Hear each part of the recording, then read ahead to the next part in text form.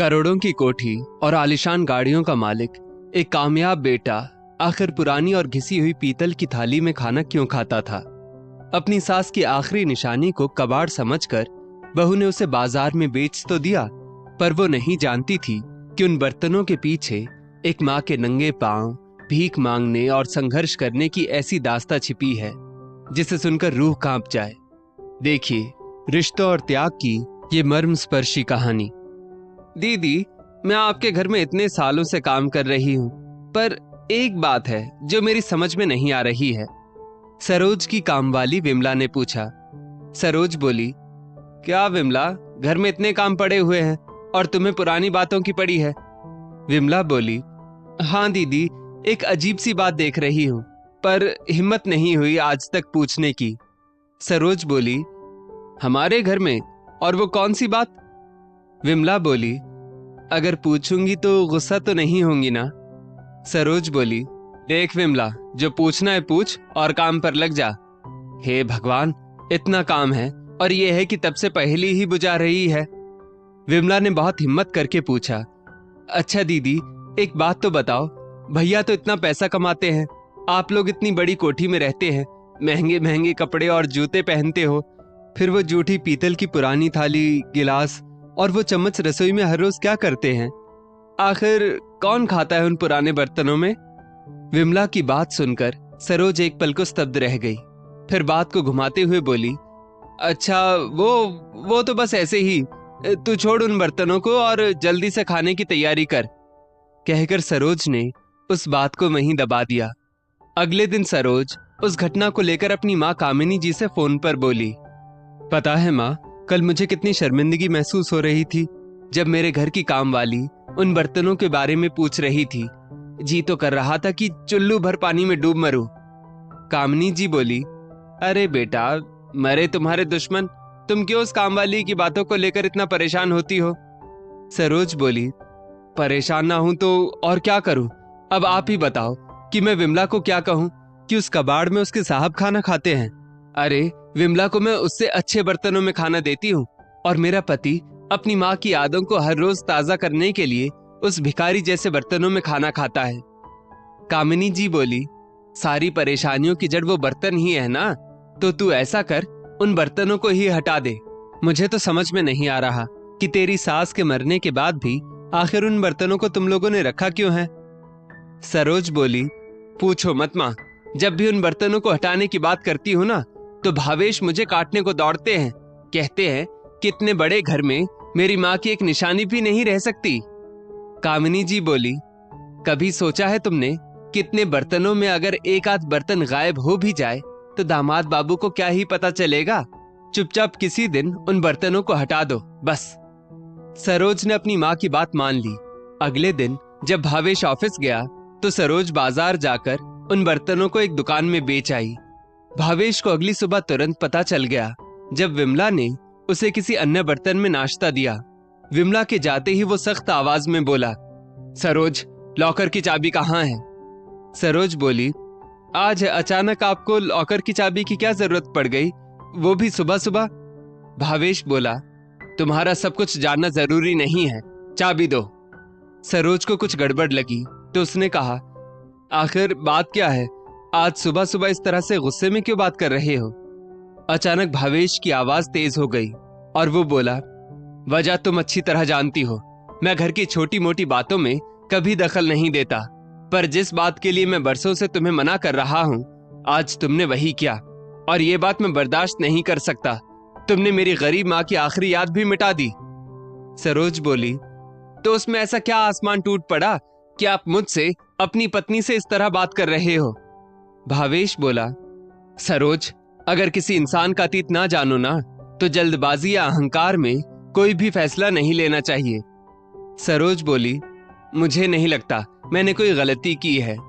भावेश बोला, मैं एक अमीर इंसान हूं, ये बात तो पूरी दुनिया जानती है, और तुमने भी एक सफल इंसान से शादी की है, बस इतना ही जानती हो ना मेरे बारे में। सरोज बोली, इससे ज्यादा जानने की जरूरत थी, पर इन सब बातों में तुम्हारी माँ के वे पुराने बर्तन कहां से आ गए? भावेश बोला, तुम क्या जानती हो मेरी माँ के बारे में? मैं उनकी उस पीतल की थाली और चम्मच में खाना खाता रहा, वो भी तुम्हें पसंद नहीं था। तुम बार बार कहती थी कि उन्हें कबाड़ में दे दूं, क्योंकि तुम्हारे लिए वो सिर्फ पुराने बर्तन थे। पर मैंने साफ शब्दों में कहा था कि तुम इन बर्तनों को लेकर कभी कोई फैसला मत लेना। फिर भी तुमने वो बर्तन बेच दिए ना। तुम्हारी हिम्मत कैसे हुई मेरी माँ की आखिरी याद मिटाने की? सरोज हैरान रह गई, क्योंकि जो भावेश कभी किसी से ऊंची आवाज में बात नहीं करता था, आज उसका एक अलग रूप देखने को मिला। भावेश आवेश में बोला, तुम्हें मेरी माँ की थाली पसंद नहीं थी ना, तो उनके पुराने गहनों पर भी तुम्हारा कोई हक नहीं है। लॉकर की चाबी मुझे अभी दो। माँ के वो गहने मैं किसी गरीब को दान कर देता हूँ। तभी उनकी बेटी भाविका अंदर से आई। पापा, क्या हुआ? आप इतने गुस्से में क्यों हो? भावेश आंखों में आंसू लिए बोला, बेटा, तुम्हारी दादी की बस एक याद ही तो इस घर में थी। उसे भी तुम्हारी माँ ने कबाड़ में बेच दिया, वो भी मेरे मना करने के बाद। भाविका बोली, कोई बात नहीं पापा, सिर्फ बर्तन ही तो थे। भावेश बोला, बेटा, अब तुम बड़ी हो गई हो। सोचो, जब हम नहीं रहेंगे और हमारी बस कोई एक निशानी तुम्हारे पास हो, तो क्या तुम उसे खोना चाहोगी? भाविका चुप हो गई। भावेश बोला, चलो आज उन बर्तनों और इस सफल भावेश की सच्चाई तुम्हें अपनी आंखों से दिखाता हूं। भावेश ने ऑफिस में फोन करके कह दिया कि आज मैं नहीं आऊंगा, और अपनी पत्नी और बेटी को कार में बिठाकर अपने गांव की ओर निकल पड़ा। जैसे ही गाड़ी गांव के मंदिर के पास रुकी, पंडित सुखमोचन जी दौड़ते आए और बोले, अरे भिक्षु तुम? सरोज और भाविका हैरान रह गई। एक कंपनी का जनरल मैनेजर पंडित जी उसे भिक्षु कह रहे हैं। भावेश ने आगे बढ़कर पंडित जी को प्रणाम किया। पंडित जी बोले, भिक्षु, तुम तो बहुत बड़े आदमी बन गए बेटा। भावेश हाथ जोड़कर बोला, सब माँ और भगवान की कृपा है।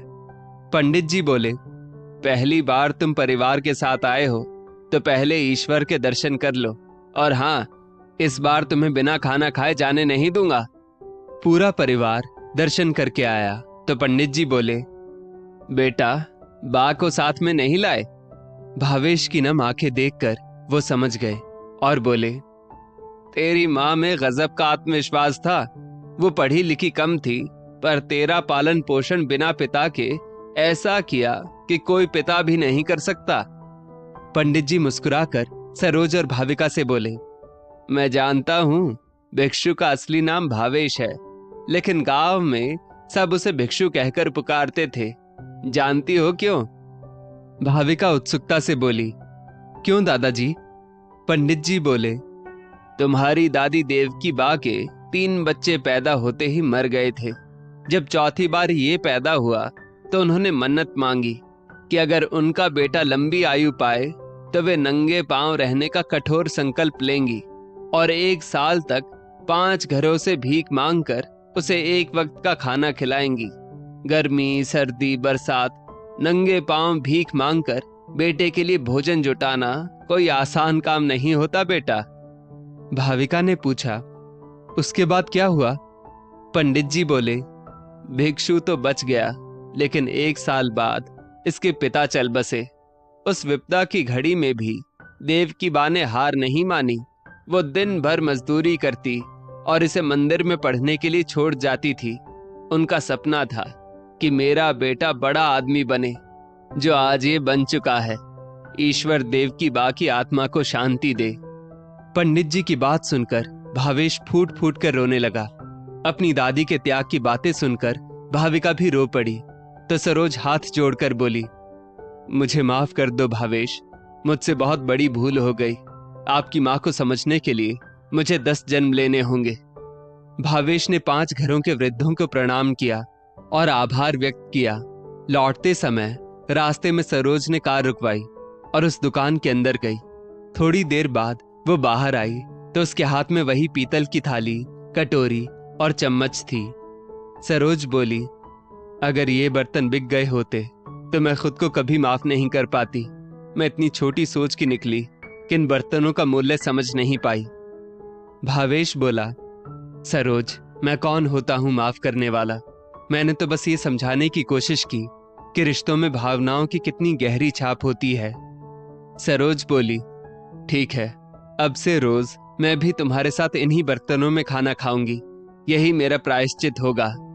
अगले दिन रसोई में जब विमला ने वही बर्तन देखे तो सरोज बोली, विमला, ये कोई आम बर्तन नहीं है। एक बेटे के लिए उसकी माँ का संघर्ष और पवित्र यादें हैं। भाविका बोली, हाँ माँ, आप सही बोल रही हैं। जिन्होंने हमें चलना और बोलना सिखाया, उन्हें याद करने के लिए हमें भी तो कुछ अनोखा करना चाहिए। शाम में सरोज और भाविका बातें कर रहे थे। सरोज बोली, बेटा, मैंने तुम्हारी दादी को देखा तो नहीं है, पर उनके त्याग की बातें सुनकर इतना जरूर समझ गई हूं कि अगर हम बुजुर्गों की सेवा नहीं कर सकते तो कम से कम उन्हें अपमानित नहीं करना चाहिए। तभी भावेश आया और सरोज के कंधे पर हाथ रखकर बोला, सरोज, माँ बाप के लिए उनके बच्चों का प्यार ही सबसे बड़ी दौलत होती है। फिर सामने दीवार पर लगी माँ की तस्वीर की ओर देखते हुए वो बड़े गर्व से बोला, माँ, आज मैं जो कुछ भी हूं सिर्फ आपके त्याग और आशीर्वाद की वजह से हूं। दोस्तों, पुरानी चीजें सिर्फ सामान नहीं होती, उनमें अपनों का पसीना, संघर्ष और आशीर्वाद छिपा होता है। जो माँ अपने बच्चों के लिए नंगे पांव भीख मांग सकती है, उसके उन पुराने बर्तनों की कीमत करोड़ों की कोठी से भी ज्यादा होती है। आपकी इस कहानी को लेकर क्या राय है? क्या सरोज ने उन बर्तनों को वापस लाकर सही प्रायश्चित किया?